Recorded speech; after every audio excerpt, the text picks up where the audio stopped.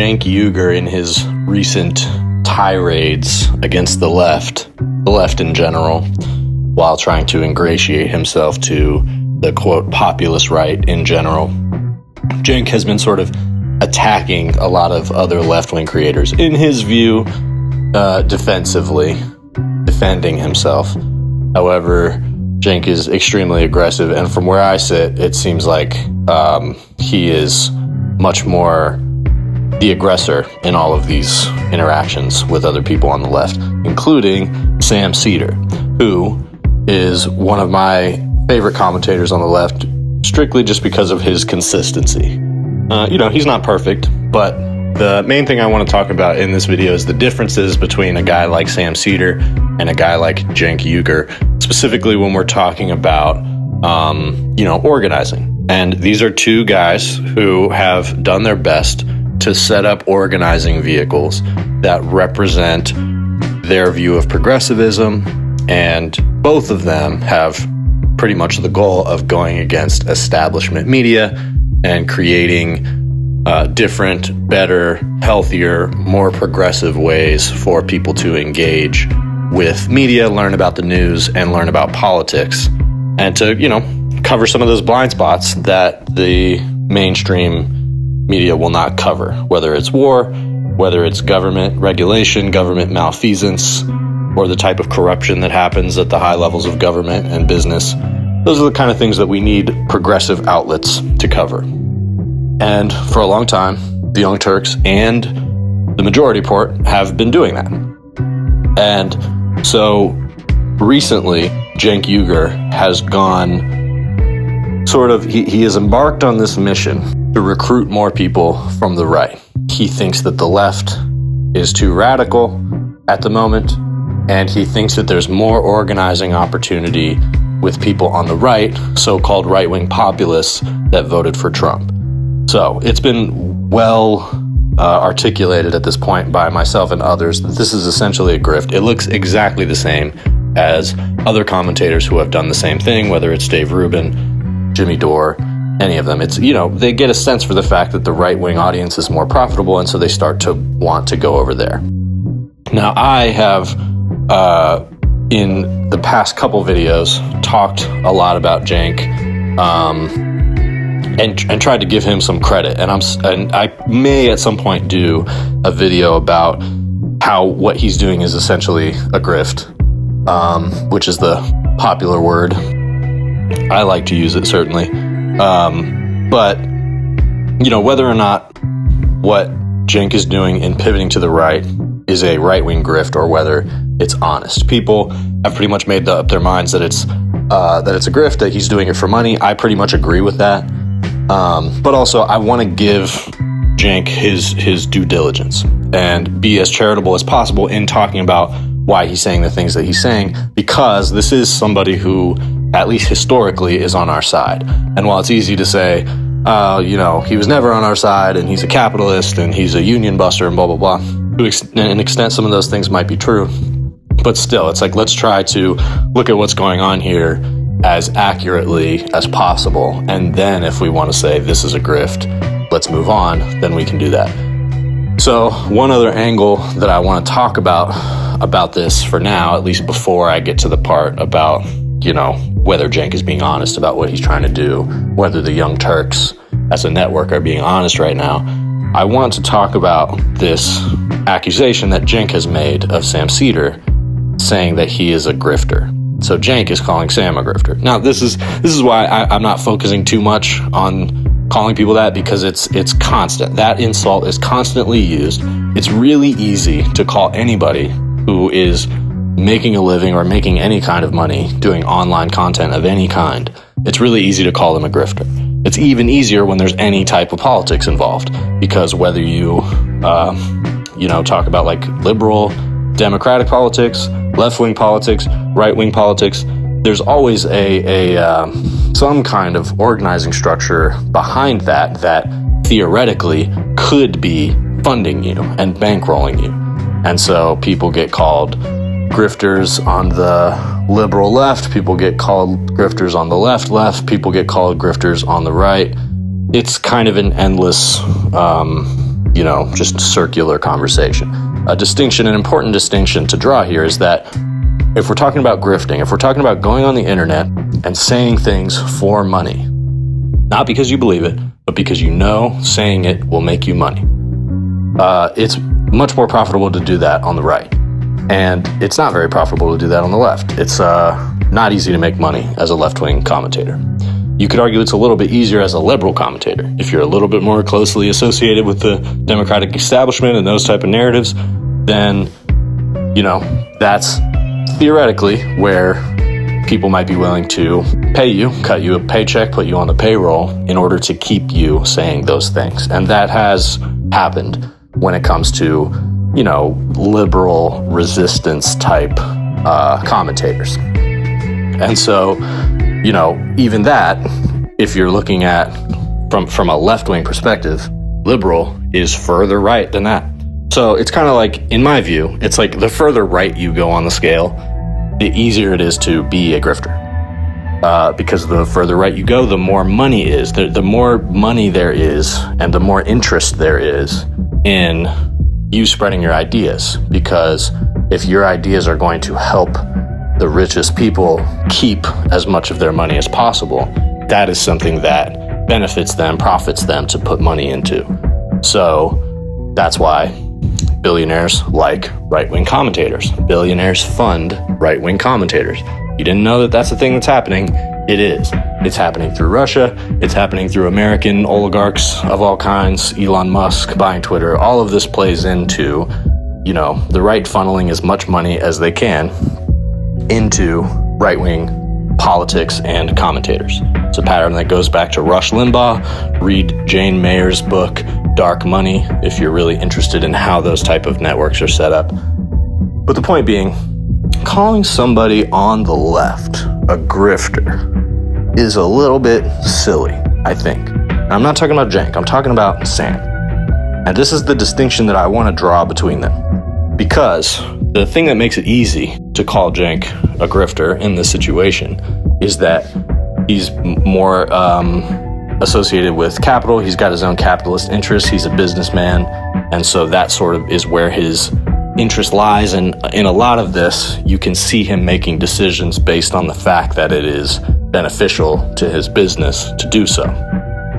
Things like, partnering with Polymarket and selling off the naming rights to his studio to them, probably because he needs money, or even chasing more right-wing audience members, trying to frame your argument in a way that's more interesting to right-wing audience members. That brings in money. Just like I said, it's not only do you have billionaires willing to fund that, but right-wing audiences are more reactionary. So if you put out red meat for them, they respond to it. It's a pretty easy A to B scenario that happens. So if you're playing into those narratives that those people like, that engagement can spiral quickly, and that equals money. So that's why people do it. And again, you don't tend to have the same type of cascading effect on the left. I guess a little bit, but it's not as easy to get there, and it's not as easy to find advertisers and sponsors that want to dump money into you. So when Cenk calls Sam a grifter, it kind of causes us to sort of evaluate the overall business practices that are happening here, right? And we don't really know. We don't know what's going on behind the scenes of these businesses. We have some insights. We know that Cenk's operation is big enough that he employs many more people than Sam, and also that he, dealt with some unionizing, and he, had some disciplinary action from the NLRB for union busting behaviors, which that's the kind of thing that people in Cenk's position as a capital owner, as a business owner, that's the kind of thing that they're incentivized to do, is bust unions and to try to maintain as much control over their business and how much they pay people as possible. So that's one crucial distinction between Cenk and somebody who is really dug in on left-wing principles. Because it's not to say that as a leftist you can't own a business of any kind or something like that. I think it's good for leftists to own businesses and to find any way that they can to sort of propagate themselves. That's what we should be doing.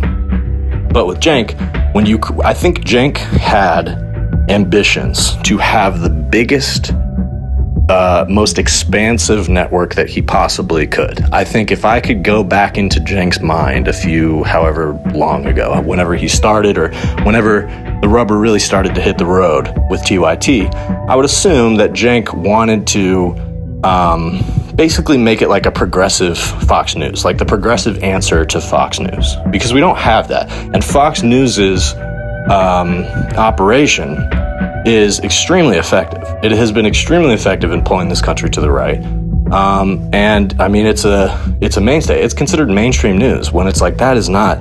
It's very much an alternative news station, and yet it has become the biggest news station. And there is no answer for that on the left. None of the mainstream stations like NBC, MSNBC, CNN, they don't voice leftists in the way that Fox News voices right-wingers. So I think Cenk wanted that. He recognized, I think correctly, that there is a need for that on the left, and that's what his ambition is with TYT. And so that has put him in a position where he is not running some kind of co-op or some kind of, egalitarian operation based on independent media and stuff like that. It's not impossible to imagine what something like that might look like. And, it's not something I've done, but I'm giving some thought to it, right? Like a large network, a powerful network of left-wing information and opinion that not only rivals the influence of something like Fox News, but also rivals the capitalist top-down practices of something like Fox News. Not easy to create that, but not impossible. And that's where I want to draw a comparison with Sam Seder's operation, because Sam Seder, in Cenk's words, is a low-rent grifter. And I thought that was an interesting choice of words, and it made me think about what that means, right? Low-rent grifter. So what exactly is he accusing him of there? He's saying that his rent is low, and so that makes him sort of like a bottom feeder of some kind. Okay. It seems like what he's saying is that Sam runs a shoddy, cheap operation. So not only is he a grifter, but he's a cheap grifter, which is just an interesting accusation, because Sam Seder at least rivals Cenk's viewership enough to the extent that they're going back and forth with each other. They have a comparable audience, even though Cenk's network, Cenk's operation in general, is much bigger. It's much more fleshed out than the Majority Report with Sam Seder. And so here lies the question, right? All of this expansionism and all of this trying to create the most robust business that Cenk could create, has that really resulted in a platform that's any better for the left than what low-rent Sam Seder is doing with the Majority Report? Majority Report, it's not the highest budget, like sound quality, the background. In general, the operation is not the flashiest. But I still watch the show consistently for the content, and I've become a fan of Sam Seder. And so I think what he does well, and he's continuing to do well now, is he maintains a consistent message and just a lot of consistency in terms of the amount of content that's being put out. They do a daily live stream show every day, and then they chop that up to pieces and put it out as smaller pieces of content. And this, at least creates enough momentum in the YouTube algorithm to keep the show going. So without knowing financially what's going on behind the scenes of these two businesses, what it seems like to me is that, shows like that, progressive shows, and probably just the independent media shows in general, are coming on times where they got to figure their money situation out. I think that while the money is still there, it's drying up a little bit. And, some of these businesses are having to look at their practices and say, how can we reorient this? How can we cut costs? Whatever. So in times like that, that's a bigger problem for Cenk Uygur than it is for Sam Seder, because Cenk Uygur has a bigger operation. And when you have a bigger operation, there are more transactions that your operation is dependent on. You need more donations. You need more ad sales. You need to basically sell off various spaces that you have, whether it's ad revenue or your literal space, your literal studio where you shoot your show, you know, something's got to be bringing in the money. And so if you've created this large operation and then the profitability of that operation goes down, then you start having to change some things about how that operation works. And that's how you can get to a point of saying, well, I need to find a new way to bring audiences in. So I'm going to make this pivot to a more right-wing rhetoric that I know is appealing to people. And I know people will gravitate to this. And so if I got to do it, I got to do it. And then I've also said that I think part of the reason Cenk is pivoting so much and being so combative with the left is because of Anna. I think he's a little bit desperate to keep Anna, who is making her own right-wing turn. And I've talked about that a little bit. Probably we'll talk about it more in the future. But, you know, faced with the same type of financial challenges, the Majority Report with Sam Seder does not have the need to make as many fundamental changes, right? It seems like from what I've gathered in just kind of paying attention to some of this stuff, that Sam, I think, is able to pay his people better. He has way less employees than Cenk. And while Sam does still seem to run a top-down organization, I don't think it's like, you know, like mutually owned by all the employees. They seem to at least be treated in a way that they have control over what they do. And, you know, Sam just strikes me as the kind of guy that doesn't really want to be anybody's boss, and he doesn't want to work for anybody. And that's exactly how I feel. That's exactly the kind of operation that I want to build. My goal is maximum reach, minimum capital. And it seems like Sam kind of exemplifies that same principle. And I think that what we're seeing now in the dynamic between the Young Turks and the Majority Report with Sam Seder is the benefit of running an operation like that. It's lean. So at times where, you know, money's tough, maybe there's not as much profitability, you can still pay your employees and everybody's happy and you keep the operation running. That's crucial. That's crucial, especially at times like this and potentially going into the future when, you know, the money situation could be worse for left-wing progressive media. It's possible that there could be crackdowns on that cause it to be even harder to make money with advertisers or whatever it is. You got to get whatever revenue you can. And I know in the past, Cenk has, you know, said things like he doesn't ever want to do ad sales or ad reads or whatever you call it. And, you know, he has reneged on that, which I don't think is the worst thing in the world. Again, I think it's something that you have to do if you want to make some money from your show. I think it's important to scrutinize what advertisers you're working with and make sure that they're aligned with you. You know, if you're not making a left-wing progressive show, if you're just making a show about cartoons or something, then you can work with whatever advertisers because you haven't set yourself up to a certain standard. But if you're going to be a left-wing progressive commentator, especially one that scrutinizes, you know, finances and funding of other media outlets and corruption and that sort of thing, then yeah, you got to be looking closely at where your money's coming from. And so I think it's easier for Sam to do those kind of things than it is for Cenk. Cenk has set his operation up in such a way that he has to make decisions that compromise his values more in order to keep the business running. And Sam Seder can afford to maintain his principles because he runs a leaner operation and he's focused on paying the people who are the most crucial to that operation as much as he can. You know, I don't know if Sam pays people. There's some speculation that Anna Kasparian is unhappy with the amount that she gets paid at the Young Turks, which seems possible, and it seems like that could be why Cenk is trying to figure things out so that maybe he can pay her more. And like I've said in the past, he wants to make it a little bit more of a conservative environment for her. I think that's what he's trying to do. And so do I know if Sam Seder is able to pay his people more than Cenk is?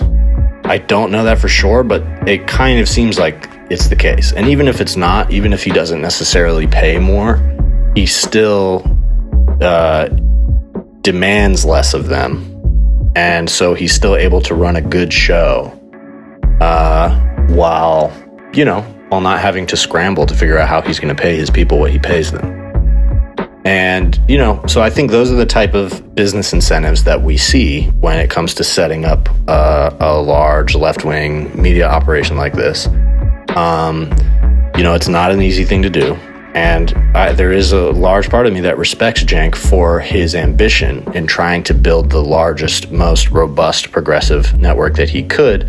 But in doing so, he runs up against the natural incentives of business owners, especially large business owners, which is to cut costs, to lay people off, and to run as tight of a top-down operation as you can, so as to prevent too much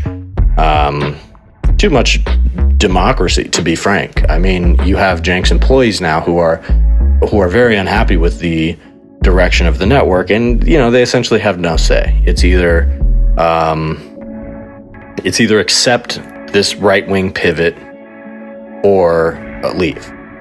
And it strikes me that in an environment that was more egalitarian, which is what is aligned with left-wing progressive views, to run an operation that is not top-down, not a totalitarian tyranny, but to run a more egalitarian operation. That doesn't always necessarily mean like running a co-op where everybody is equal owners of the operation, but I do think that's the ideal. That's kind of the ideal that should be strived for. And it's possible that the model of media or whatever it could be that we really need to focus on going forward is that sort of co-op egalitarian model. And that comes with challenges. It's hard to run an operation like that, because what if you start something for one reason and then all of your employees decide that they actually want to do something else, and so now it becomes a completely different thing. And the reality is that if you're going to do a project like that, you have to accept that possibility, and you have to try to set things up in a way that you or whoever else can continue leading it in the direction that you started it for. But yeah, democracy comes with its own compromises. But I think ultimately that's what we need to look to in terms of how to set up progressive media going forward, because I think the perverse incentives that come from depending on the same type of business practices that other businesses rely on, it creates problems that contradict the progressive ethic. And so I think a guy like Sam Seder has actually done a remarkable job at building an operation that, while humble, it also has a lot of reach, it has a major impact, and it doesn't fly in the face of progressive values. And more Cenk is quite literally seeming to fly in the face of progressive values. And I think that that's a consequence of him building the business the way that he has.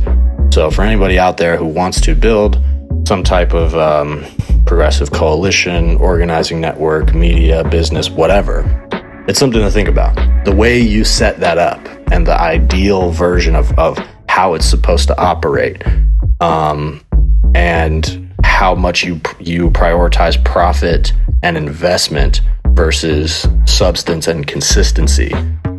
Those are things to think about. And I think Cenk and Sam are a good example of the pitfalls of both.